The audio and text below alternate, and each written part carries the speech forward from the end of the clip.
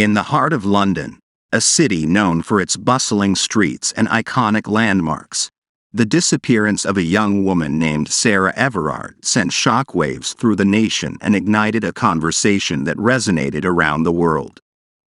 Her story is one of tragedy, unity, and the relentless pursuit of justice.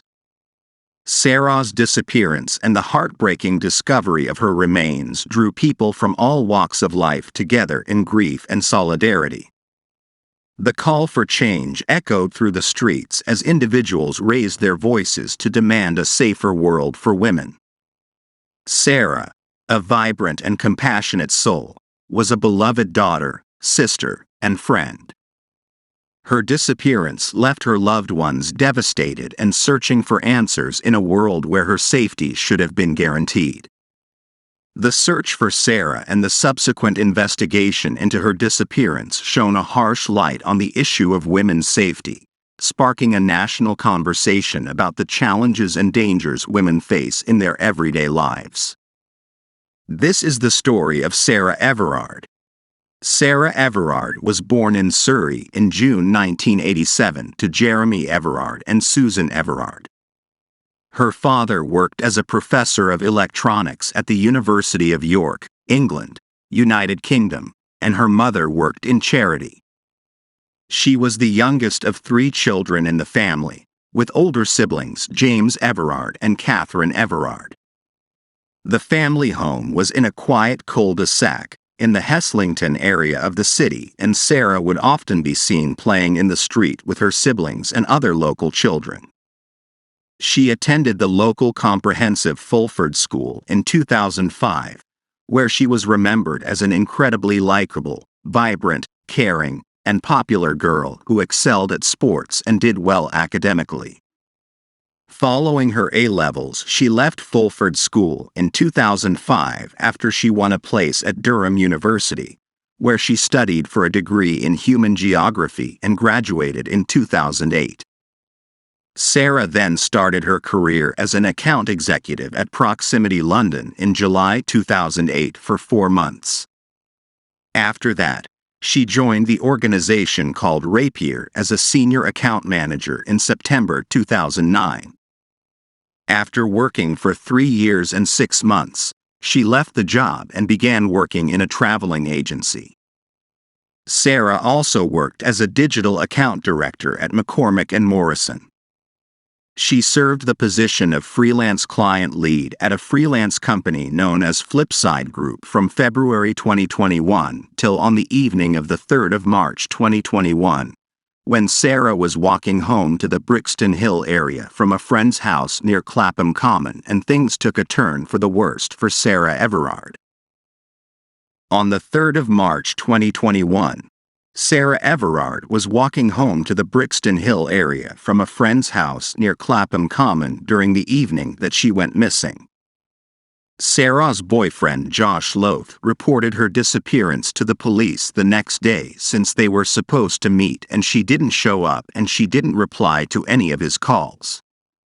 Her family and friends were in disbelief as she was always in regular contact with them, and they thought it was totally out of character for her to disappear like that. A massive search effort was launched, involving hundreds of officers and members of the public. The search was focused on the area between Clapham and Brixton and included parks, woodland, and other open spaces where Sarah was last seen on CCTV footage the previous night. Police mentioned that she was thought to have walked through Clapham Common after leaving her friend's flat and heading towards her home in Brixton, and the journey should have taken around 50 minutes. The police issued a public appeal for information, asking anyone who had seen Sarah or had any information that could assist the investigation to come forward. Police released footage taken from the dashcam of a passing police car and a private doorbell-type camera showing Ms. Everard walking alone along the A205 Poinders Road towards Tulse Hill, south of Brixton. She spoke to her boyfriend on her phone for about 15 minutes and agreed to meet him the next day. It was unclear if she reached home.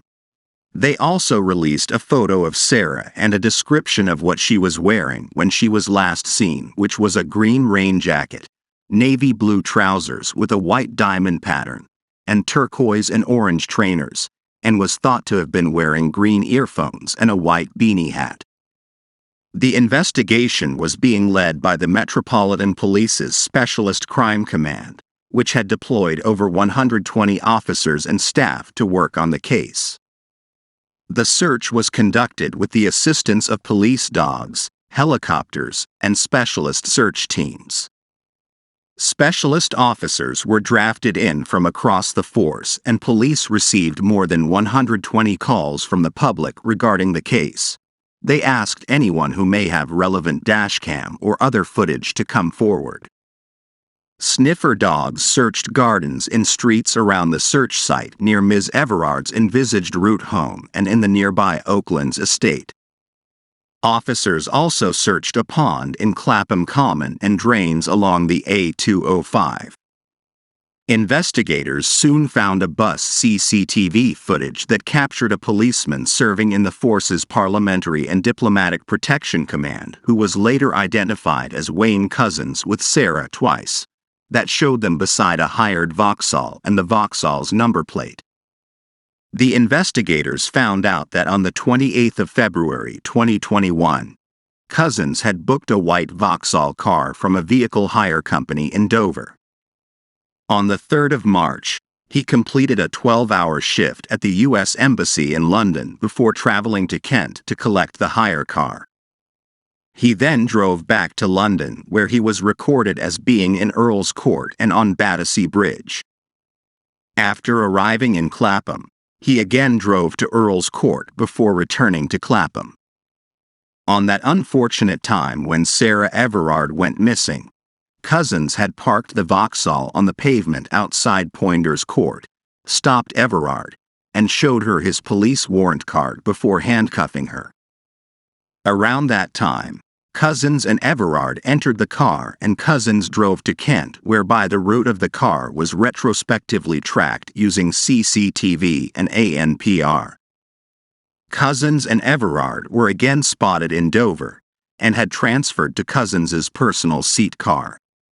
Couzens then drove to Hodes Wood near Ashford, where his car was captured on CCTV in the area between 3:22 and 6:32 before driving back to Dover to switch back into his rental car before returning it at 8:26. The Metropolitan Police then arrested Wayne Couzens together with a woman at an address in Kent in connection with Ms. Everard's disappearance, and they were taken into custody, but the woman was subsequently released without charge. As the detectives continued investigating, they found out that Couzens had told senior colleagues that he was suffering from stress and no longer wanted to carry a gun. Couzens bought and filled a petrol container at a service station in Whitfield. He then drove to Hodes Wood, where his car was captured on CCTV at 12:37. He reported himself ill from work, handing in his equipment including his police belt and handcuffs that brought suspicion of murder. The police searched Hodes Wood and found human remains that were confirmed to have Everard's body through dental records in a large builder's bag, approximately 100 meters from a plot of land that Couzens owned. The police in Dover also searched the site of a former body repair garage, previously owned by Couzens's family at the top of the White Cliffs. The detectives questioned Couzens and learned that when his mobile phone had connected to cell sites in the area of Sibbertswold, where he had sexually assaulted Sarah and strangled her to death using his police duty belt and burned Everard's body inside a refrigerator.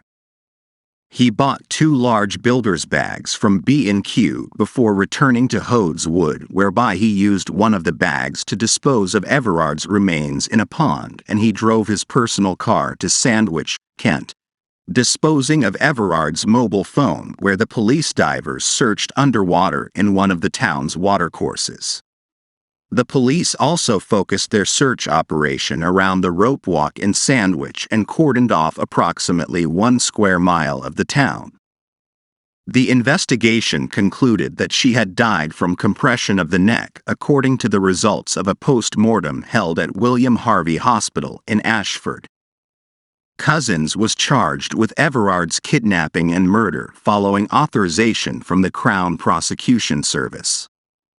He appeared at Westminster Magistrates' Court and was remanded in custody before appearing at the Old Bailey from Belmarsh Prison. Cousins pleaded guilty to kidnap and sexual assault and admitted responsibility for Everard's death. On the 30th of September, Cousins was sentenced to life imprisonment with a tariff of a whole life order, with Fulford justifying the severity of the punishment by saying that Cousins's use of his position as a police officer to detain Everard was the vital factor which in his view makes the seriousness of this case exceptionally high. Cousins tried to apply for leave to appeal against his sentence. However, his appeal against his whole life sentence was rejected by the Court of Appeal. As of December 2021, Cousins was imprisoned at HM Prison Frankland in County Durham and was further charged with 4 counts of indecent exposure related to alleged incidents in January and February 2021. In which he pleaded guilty to 3 incidents of indecent exposure that took place in Kent in 2020 and 2021. Sarah's story has become a catalyst for change, sparking important conversations about women's safety and empowerment. Initiatives and advocacy movements have emerged, all with the common goal of creating a world where every woman can walk freely without fear.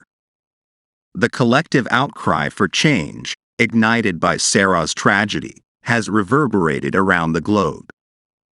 It's a call to action that demands accountability, respect, and a fundamental shift in societal attitudes towards women's safety.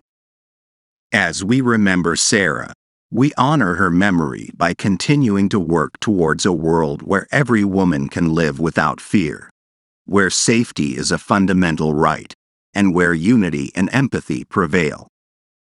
In the end, Sarah Everard's legacy will be one of strength, unity, and hope. May her memory inspire us all to stand up against violence, support women's rights, and work tirelessly for a world where every person can live free from fear.